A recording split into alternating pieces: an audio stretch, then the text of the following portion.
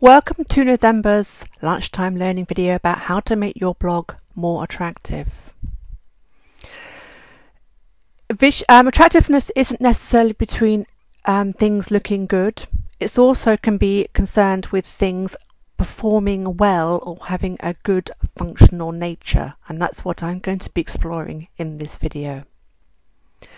Obviously, how your blog looks is important. Having a good theme, using the right kind of background, making sure it fits the right kind of client that you want to attract to.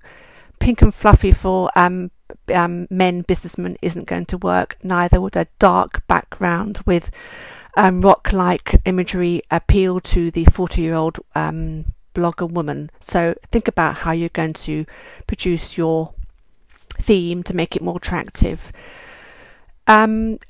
A blog obviously should be legible. Those fancy squiggly fonts that you find may look very nice to you, but they're extremely difficult to read, and therefore it may appear to be boring to you, but an ordinary well-sized font that is clear to read can do a far more beneficial for you to make your blog more attractive.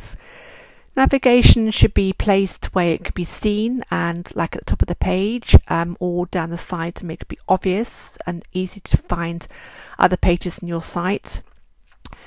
How many columns and how wide your blog is will depend on what you want to use it for.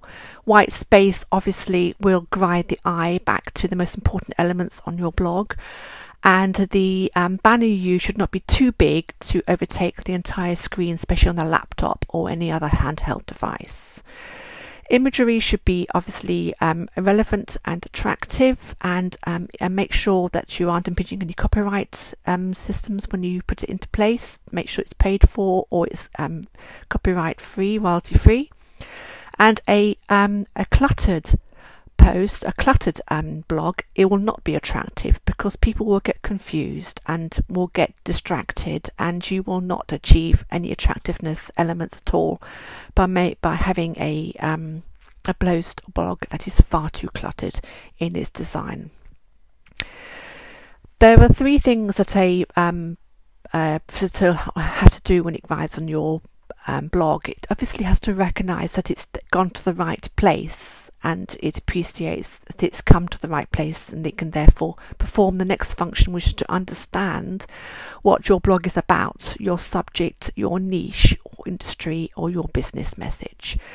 Having accomplished all that, it then will feel the need to do something, which needn't be more than just to read the post and then go away. You get them to do something like to comment, to interact, to share your content on social media, to find out how to sign up to receive more posts when they're published, especially if they like what they've written, or to sign up to your newsletter list so you communicate them further in the future, and how to find more pages to find out more about what you do, or to maybe even to sign up to a course or a workshop or other things that you may have on offer. Obviously, writing great content is the main reason why you have a blog, and that should be made more attractive.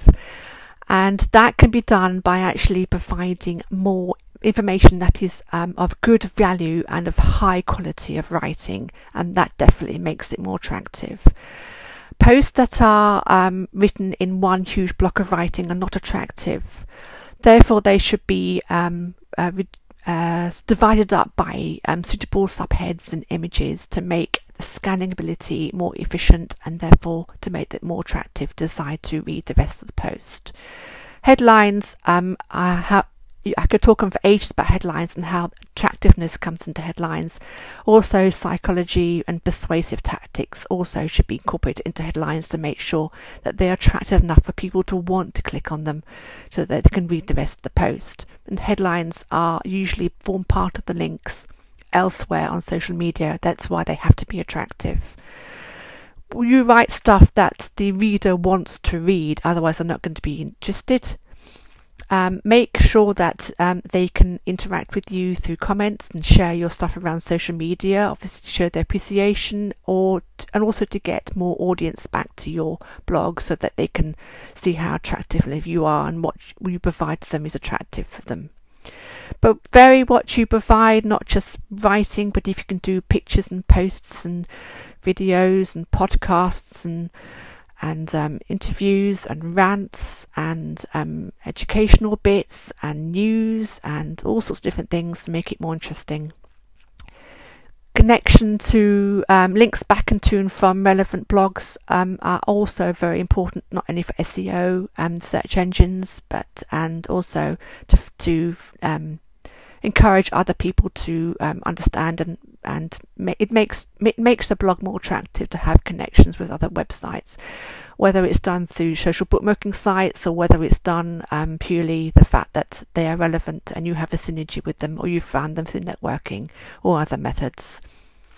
Obviously, the right kind of keywords in your posts will make the search engines happy and draw them back to your post, another kind of attraction there.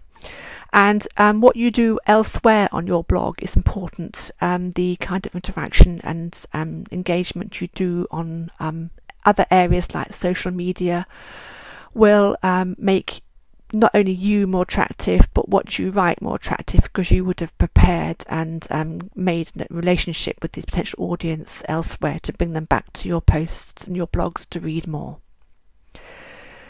Right, don't make it clever, just go straight to the home page or the post listings page. You don't have to be fancy. And the navigation bar should be located at the top of the page where it's mostly found, or if it's down the side of the page, make it totally obvious and easy to access. The journey around the site should be encouraged, because you want people to do more than just read the posts and then go away. So you provide all sorts of attractive measures to encourage people to read more posts through obviously the relevant contextual links at the bottom of each post, or by various widgets and visual methods to get people to go back to find out more about what you do and what you can provide in the various other pages and the other posts in your site. And make sure that it's easy to go back to the home page if necessary, either through breadcrumbs or other mechanisms. The less clicks they have to do to find what they need, the more attractive your blog will become. Getting your visitors to do something will make your blog more attractive. Can they subscribe to your to read your posts whenever you publish them? Is the newsletter box in a strategic place at the top of your sidebar or in the most obvious space? Pop-ups and other sign-up boxes at the bottom of posts and things like that will encourage more people, make you more attractive, and incentivize people to make contact and do something on your site. Provide lots of other visual widgets and adverts around your blog, but don't make sure you clutter it too much, to encourage people to go into your site to find out more about what you do. The navigation should be easy to find and to use, and the contact details should be obvious so people don't have to hunt high and low for what they need, and the ability like sharing buttons and the comment boxes should be obvious and attractive to encourage people to respond and engage and leave feedback and comment on your blog, which obviously builds a community, and communities are also very attractive to blogs. And if you can show that you've had a lot of interaction and community building on your blog, that makes it far more attractive, as well as the search engines as well. Make sure that your theme and the other mechanisms behind your blog makes it perform well, it downloads quickly, there aren't too many plugins and widgets to make it slower. Everything's optimized for the correct kind of keywords in the right places to attract the search engines to you. Obviously you can look at your Google Analytics to find out what people like. The fast performance can be easily analysed to find out what people are clicking on, the subjects they are interested in, and whether you've written a particular post that resonates with them. Signing up for Google authorship will obviously make you far more attractive in Google's eyes and give you more credibility. Feeding your post to social media will provide more attractiveness to get more people back to your blog, especially if you write attractive and persuasive introductions to your links to get people to click on them. And making your URLs simple and taking away any extra information like dates and unnecessary additions will make them more easily attractive to remember, type into browsers and click on.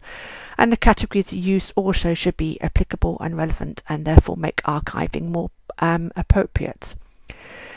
Be aware of your audience. Make sure that you write for them and not for yourself. Present your posts where they're more likely to be hanging out and congregating. Write for them, so therefore you work out and do research into their desires, problems, interests, what's missing in their knowledge. Use the emotional factor to get them interested. If you write posts that react to them, if they laugh, cry, interested, angry, and also this will then encourage them to interact and engage with you and leave comments and obviously perform other interaction on social media and elsewhere. Provide different kinds of posts, different kinds of media to vary your content, and include your audience in your blog. For example, Martha Payne on her when she provided those lovely posts about her school meals, she also included other school meals throughout the entire world, and that was what made her blog interesting, because it wasn't only about her school meals, it was about other school meals from other countries, from other readers, and that makes a blog very attractive.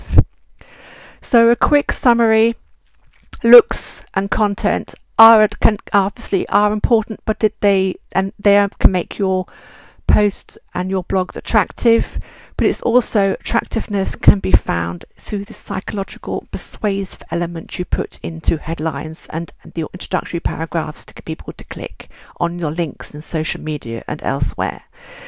Engagement and interaction with others elsewhere on your blog obviously will make you and your blog more attractive, especially if you can build up some sort of community within your blog, and especially if you respond to comments that other people put on.